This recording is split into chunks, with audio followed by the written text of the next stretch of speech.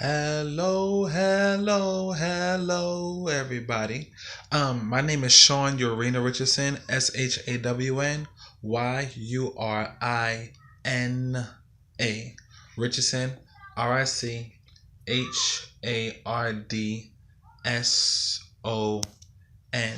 Now, you can also be able to look me up on Facebook by my full name, or you can look me up on my website, which is www.punchpoetry.com. That's PUNCH poetry, POETRY.com. I had a thought, and I'm trying to get that thought to come back to my memory. But I remember the last thing, or one of the last things that I thought of from this thought was that people, God is bringing me to another place in life, and I've accepted it. I'm aware of it, and I accept things that has happened to help me to get where I'm at. It is what it is. I'm not complaining, but in the process of time, sometimes we will have differences in our connections of people that we are close to, and we might not want those changes to occur because those changes do not reflect what the values that we consider to have between that person. With that being said, there are people that we are connected to that do not want to be accountable for their actions as pertaining to our relationship with them. Let me give you an example. This is just an example, okay? If you are in a relationship or married with your husband or wife, and your husband or wife is doing things that you do not approve of, which those decisions are directly affecting the relationship or marriage that you guys have together, what in the world is going on through that person's mind at the time when they're doing what they're doing? That person is not considering the responsibility and the accountability of doing what it takes or not doing what it takes in order to make that relationship or marriage work. So as a result of that, sometimes people have to go through their growth process, and sometimes people have their stubbornness is stronger than their faithfulness. I was in my mind the other day, a few days ago, and I heard a voice speak to me. It says, my royalty is based off of my loyalty. My royalty is based off of my loyalty. Your royalty, your kingship, your authority, your level of authority, or your I don't want to say rulership, but your, not prominence, your royalty, your ability of operating as a superior being is predicated or based on your loyalty. If you're not a loyal person, then your level of reign as pertaining to your superiority of being a king is going to be of a very low stature. It's going to be of a very low measurement, or a very low ranking, because you do not have the loyalty to balance out your kingship, your royalty. Now, let me give an example. David, in the Bible, King James Version, David was anointed as king over Israel, right?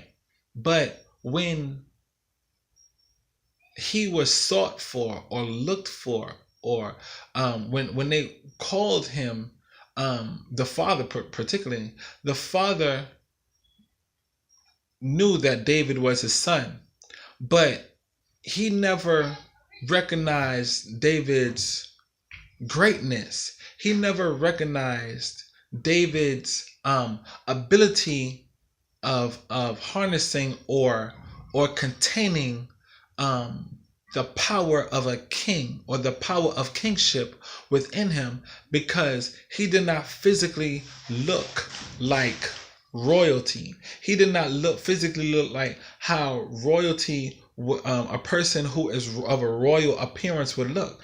David looked like a bum. He was always out there with the sheep, tending to the sheep, taking care of the sheep, doing everything that he had to do. But David said that when it was time for him to fight Goliath, he said, I can defeat this guy. I mean, look at me. I mean, there was a lion that tried to attack the sheep. I broke the lion's jaw. There was a bear that tried to attack the sheep while I was watching the sheep. I went out there and I killed the bear. There was, lions, tigers, bears. Oh my. No, it wasn't a tiger, but there was different, I don't know if it was a wolf. It wasn't a wolf, but it was something else. I believe it was something else that tried to come against the sheep. But it was not David that killed the sheep. Killed the oppressor or the enemy or the lion and the bear. It was the strength that came from his loyalty. Because David stood in the midst of a terror, he was confident that I don't care what's going on and who does what. I'm not going to allow anybody to try to tear down what I am responsible and what I'm not going to allow anybody to tear down what I'm responsible for. I'm not going to allow anybody to try to throw me off of my post of what I hold myself accountable, of where I hold myself accountable to be.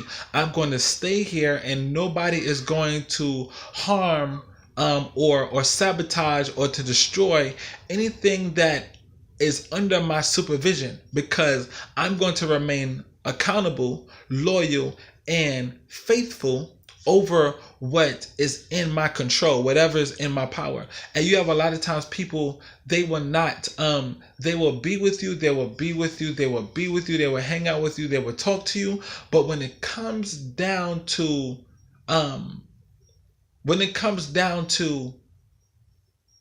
the challenge, when it comes down, when they are challenged, it will really show, their loyalty will really show where their heart is at. Are they really with you? If you get in a dangerous situation, I'm gonna just use danger as an illustration for a moment. But when you get into a dangerous illustration and you are watching over the sheep, but a lion comes out or a bear comes out to try to attack the thing that you have jurisdiction over, what are you going to do? There was a gentleman in Florida, him and his girlfriend, I believe it was a girlfriend or wife, but I believe it was his girlfriend. They went out to a lake, and they brought their child with them, and I think the child would maybe have been about 8 years old. And the child, I think they were sitting on the edge of a swamp or some type of lake, and it was fishing. And there was supposed to be a sign that said, do not swim out here or fish out here because there are alligators. If I remember the story correctly, and this was in Florida, but there was an alligator that came out and attacked the little boy and ate the little boy. But before the alligator could completely devour the child, so sad, the father jumped in the water to try to save his child. He didn't have no other first instincts of what should I do? I mean, an alligator just literally came out of nowhere and just, chewed up your child, bit your child. And the only thing your child can do is probably scream, "Daddy, Mommy, oh my gosh, what in the world is going on?" And the wife or the girlfriend, she's, a woman or whatever like that. Not that that makes a big difference, because what a person can do is not subject based off of their gender, their sex. But the father jumped in the water and tried to do everything that he could to be able to save his child's life, and he was not successful. But what he did do is that he jumped in the water. Now, me personally, I love my children.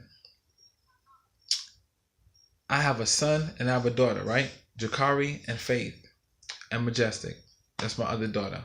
Love my baby so much. I'm gonna have more children. I'm gonna have a whole bunch of children like in the neighborhood. They just, "Daddy, Daddy." I love kids. But when I am looking on YouTube on a video at a lion, I'm like, ain't no way in the world I'm about to lock myself up in no cage with no lion. Much more an alligator. I'm not about to be standing there and looking at no alligator in face to face and be like, I'm just like, all right, y'all, excuse me, I'll be back later. You know what I'm saying? I'm gonna get out of the way. But if I know that alligator or that lion is after something that is in my control, under my supervision, under my under what's in my accountability, I'm going to put my life on the line to make sure that that lion and that alligator will not be able to harm harm the things that I care about. So with that being said, how many of our friends are really our true friends? How many people are actually willing to say, "You know what? I don't care what y'all say about this person or that person, or my best friend, or this particular person that I'm connected to." How many of y'all will still say, "You know what? I'm not going to talk about them behind their back just because somebody else is talking about them behind their back"? How many of y'all will really stand up for your friend? You don't got to talk negatively against the person who's talking about your friend. You don't got to slap them or fight them or shoot them or anything like that. You don't have to do those things. But will you entertain what they're saying? Will you be like, "Oh, really? Yeah, I don't know what's going on with him. I don't know what's going on with her." Are you going to take their side? But then when you get back around your friend, are you going to act like you wasn't really just joining joining your friend's enemy or your friend's haters? You know what I'm saying? And what they were saying. I'm getting sleepy. But how do you perceive that when you know that somebody really truly has your back? How do you really know that? Is it based off of something that happened, or is it based off of just your belief? Like, what is it that you're going by? So with that being said, I need to practice on looking in the camera when I'm talking, because I often look away, because that's just how I even do that with people sometimes when I'm talking. But some people do not want to be accountable for the things that they do or do not do, or that they should do. They don't want to be accountable for their side of the relationship. They just want things to be their way. They just don't want to have to put in no effort or no work to try to make sure that your bond between each other is going to grow. And that's not right. So we have to be conscious. We have to be cautious to reevaluate our connections. And people that think like that, or that is of that type of way, where they just try to make everything all about themselves, then we have to put a mark on them, so that every time we see them, we know what to expect, or how much of our attention and time that we should invest into them. And that's all that I want to say about this. And so you have a blessed day. Good night. Bye-bye.